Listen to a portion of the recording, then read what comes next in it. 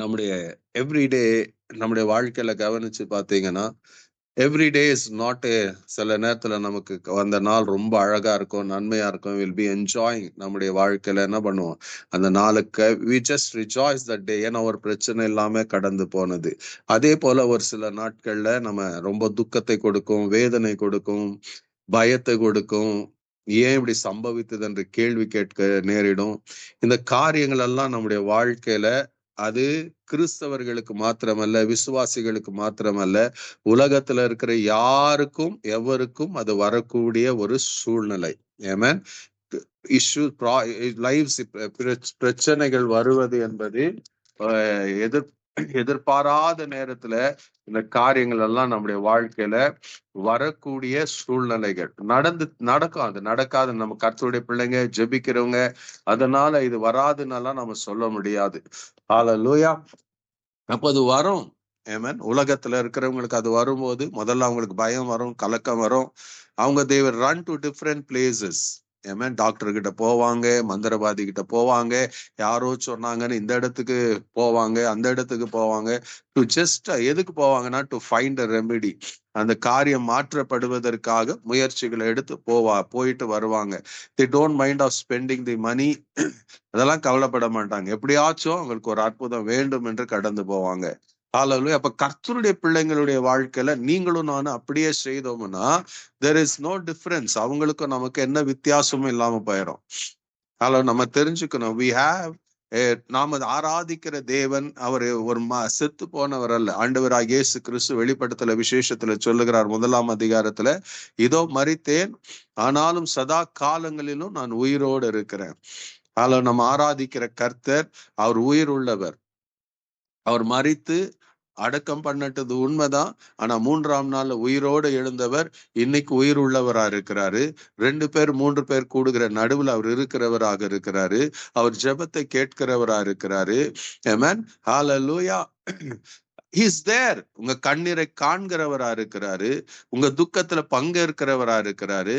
நீங்க அழும்போது உங்களோட அழுகிறவரா இருக்கிறாரு. நீங்க துவண்டு போகும்போது உங்களை தாங்குகிறவரா இருக்கு. தட் இஸ் அவர் காட்.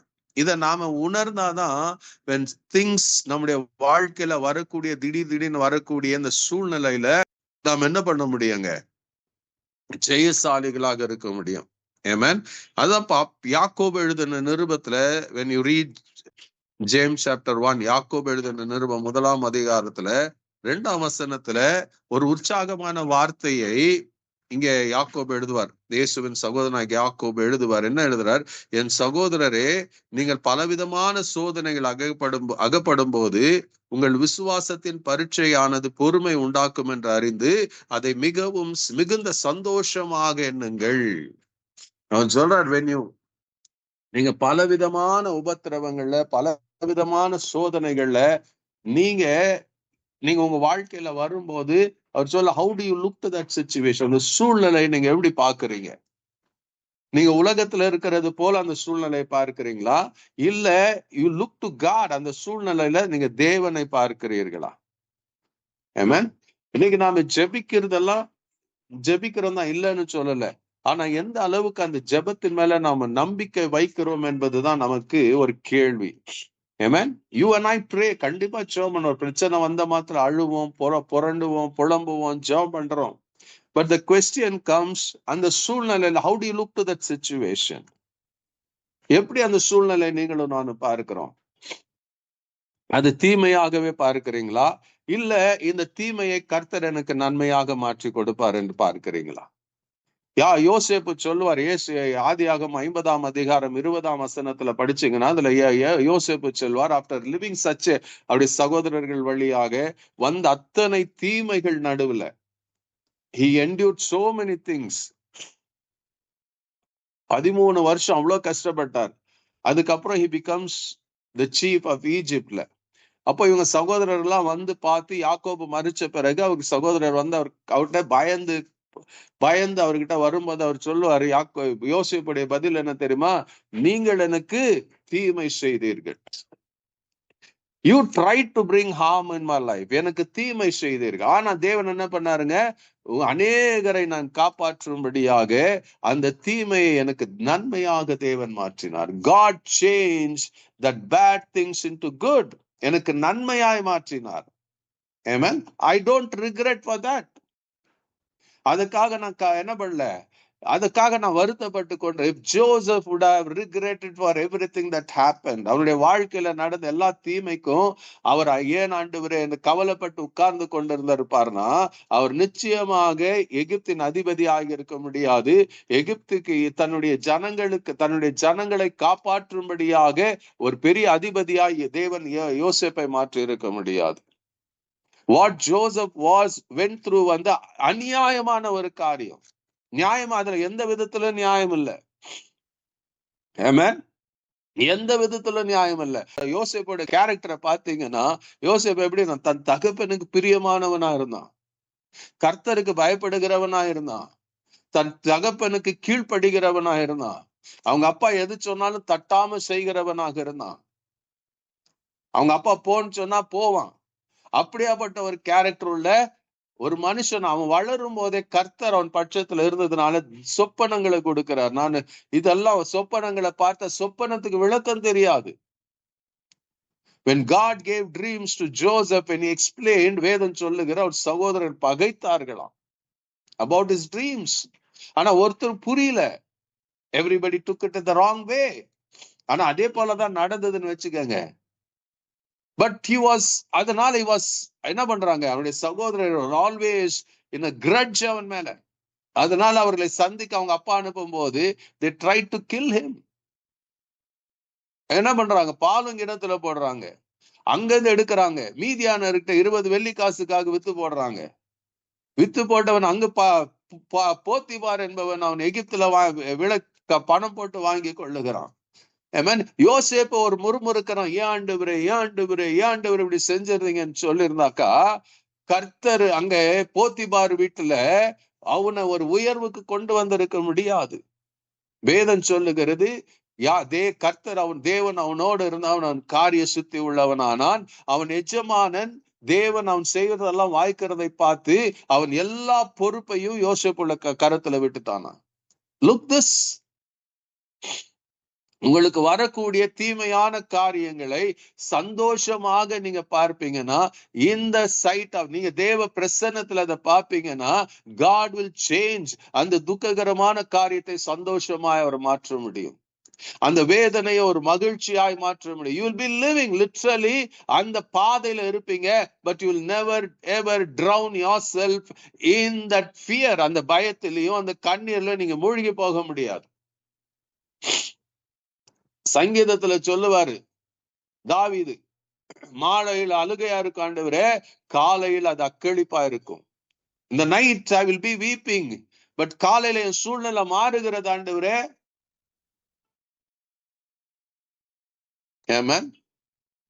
வேதம் சொல்லுகிறது, கர்த்தர் நமக்கு என்ன பண்ணுவார், நம்முடைய எவ்வளவு தாங்க முடியுமோ அவ்வளவுதான் சோதிக்க அனுமதிப்பாராம். திராணிக்கு மேல நம்மை சோதிக்க விடுகிற தேவன் அல்ல. அந்த சோதனை வரும்போது அது தப்பிப்பதற்கும் ஒரு வழிகளை வச்சிருக்கிறானாம். But the thing is that how do you look to God? அந்த சூழ்நிலையில கர்த்தரை குற்றமா பாக்குறோமா, கர்த்தரை ஏன் ஆண்டவரை அனுமதிச்சீங்கன்னு கேட்கிறோமா, இல்ல ஆண்டவரே இந்த காரியம் நன்மையாய் மாற போகிறது, இந்த உபத்திரமும் இந்த பாடு இந்த துக்கமும் இந்த சோதனை ஆண்டவரே உமக்கு மகிமை கொண்டு வரக்கூடியதாய் மாற போகிறது. ஹல்லேலூயா. எனக்கு பல தீமையான காரியங்கள் நடந்திருக்கலாம், பட் ஐ நோ இது எனக்கு நன்மையாய் மாற போகிறது. இந்த வியாதி எனக்கு நன்மையாய் மாற போகிறது, இந்த பலவீனம் எனக்கு நன்மையாய் மாற போகிறது, இந்த போராட்டம் நன்மையாய் மாற போகிறது ஆண்டவரே. Because I'm not going to stay in this place. இந்த இடத்துல, இந்த வியாதியில, இந்த பலவீனத்துல, இந்த போராட்டத்துல, இந்த கஷ்டத்துல நான் இருக்க போகிறது ஆண்டவரே. You will surely bring me out. என்னை நிச்சயமாக வெளியே கொண்டு வருவீர் ஆண்டவரே. நிச்சயமாக என்னுடைய காரியங்களை நீர் மாற்றுவீர்.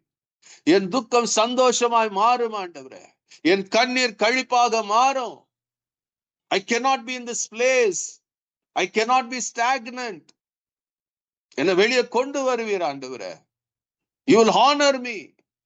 என்னை கனத்தினால், மகிமையினாலும் கனத்தினால் என்னை முடிசூட்டுவீர் ஆண்டவரே. இதுதான் உங்க நம்பிக்கையா இருக்கணும். இது நடந்துருச்சு ஆண்டவரே, ஏன் எதுக்கு நம்ம கேட்கறதுல தப்பு கிடையாது. ஏன் அனுமதிச்சுங்க ஆண்டவரே? We can understand why God has allowed it. But above that, God ஒரு காரியத்தை உங்க வாழ்க்கையில, என் வாழ்க்கையில அவர் அனுமதிக்கிறார்னா, உங்க மேல கோபம் கொண்டல்ல, உங்களை வெறுத்தல்ல, உங்களை சிட்சிக்கணும்னு அல்ல. அவர் என்ன விரும்புறாருங்க? உங்களை கொண்டு தன்னுடைய நாமத்தை மகிமைப்படுத்திக் கொள்ள விரும்புகிறார். உங்களை கொண்டு யாருக்கோ ஒருத்தருக்கு நன்மை நடக்கணும்னு கர்த்தர் விரும்புகிறார்.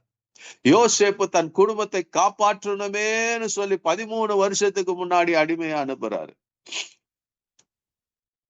Amen. It was not planned or designed by Joseph. It was designed by God himself. It was designed by God. அப்போ உங்க வாழ்க்கையில நீங்க கடந்து போகிற பாதையில இடுக்கமான பாதையா தான் இருக்கும், நெருக்கமான பாதை தான் இருக்கும்.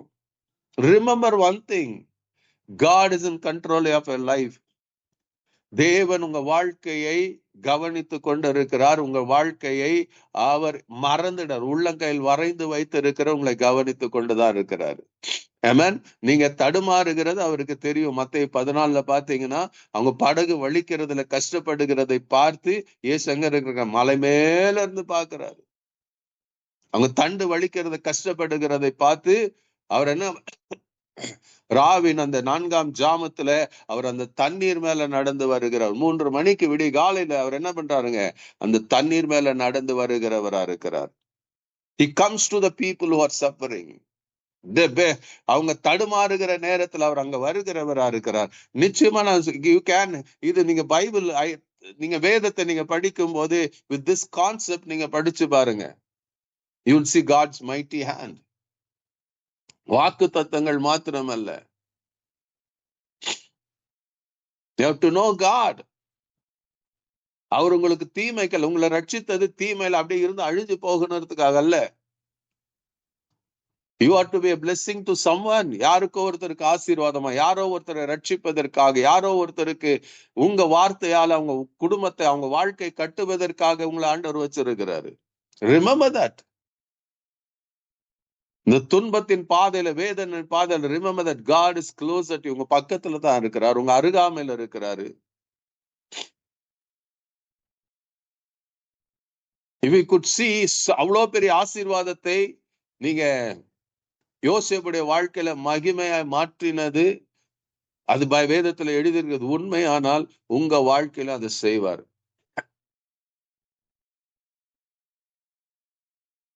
உங்க வாழ்க்கையில சார் பவுலதான் சொல்லுவார்.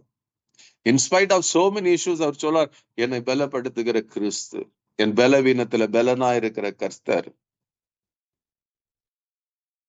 Paul's life was not easy. அவர் சொல்றார், I have been given, எதுக்கு இந்த என்ன அழைச்சிருக்கிறான்னா, இந்த மகிமையான சுவிசேஷத்தை என்ன தேசம் எங்கு உலகம் எங்கு கொண்டு போவதற்காக இந்த கிருபை தேவன் எனக்கு கொடுத்திருக்கிறார்.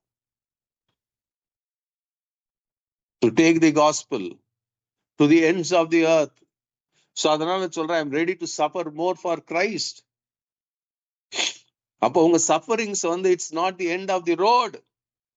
உங்க sufferings it's prepared to see God's glory. தேவனுடைய மகிமையை தேவன் காண வைப்பார் உங்களை. You will see, you will enjoy the glory of. நீங்க வேதாகம் முழுக்க ஒவ்வொரு கேரக்டர் நீங்க படிச்சீங்கன்னா, that is the way God led them. That is the way God. எல்லா ராஜாக்களுடைய வாழ்க்கையை கவனிச்சு பாருங்க, தாவீதுடைய வாழ்க்கையை கவனிச்சு பாருங்க, உசியாவுடைய வாழ்க்கை கவனிச்சு பாருங்க, எசேக்கியாவுடைய வாழ்க்கை, யோசேபாத்துடைய வாழ்க்கை, ஓசியாவுடைய வாழ்க்கை, இதெல்லாம் யோசியாவுடைய வாழ்க்கை எல்லாம் கவனிச்சு பாருங்க. They saw the glory, but everyone had to go through a place, a point of suffering. அதன் வழியாய் அக்கினி ஊடாய் நடந்து வெளியே வந்தாங்க. அவங்க அக்கினி ஊடாய், they went into the fire. அந்த பாதையில கடந்து போய் வெளியே வந்து they gave glory to God. They saw God's glory in their lives. அப்போ உங்க வாழ்க்கையில தேவன் இதை செய்யாம இருப்பாரா? இதை செய்யாம இருப்பாரா? நிச்சயமாக there is a glory awaiting for you. ஒரு மகிமை உங்களுக்காய் காத்து இருக்கிறது. If you have waited for so long, ஞாபகத்துல வச்சுக்கோங்க, நல்ல ஞாபகத்துல வச்சுக்கோங்க. It's going to come soon fast. நீங்க காத்திருந்த காலங்கள் போதும். ஹalleluya. நீங்க 25 வருஷம்லாம் காத்திருக்க வேண்டிய அவசியம் கிடையாது. ஆபிரகாமை போல வெரி சூன் உங்க வாழ்க்கையில அந்த நன்மையான காரியங்கள் நடந்தே தீரும். ஆமென். ஹalleluya. கர்த்தருடைய நாமத்துக்கு மகிமை உண்டாகட்டும்.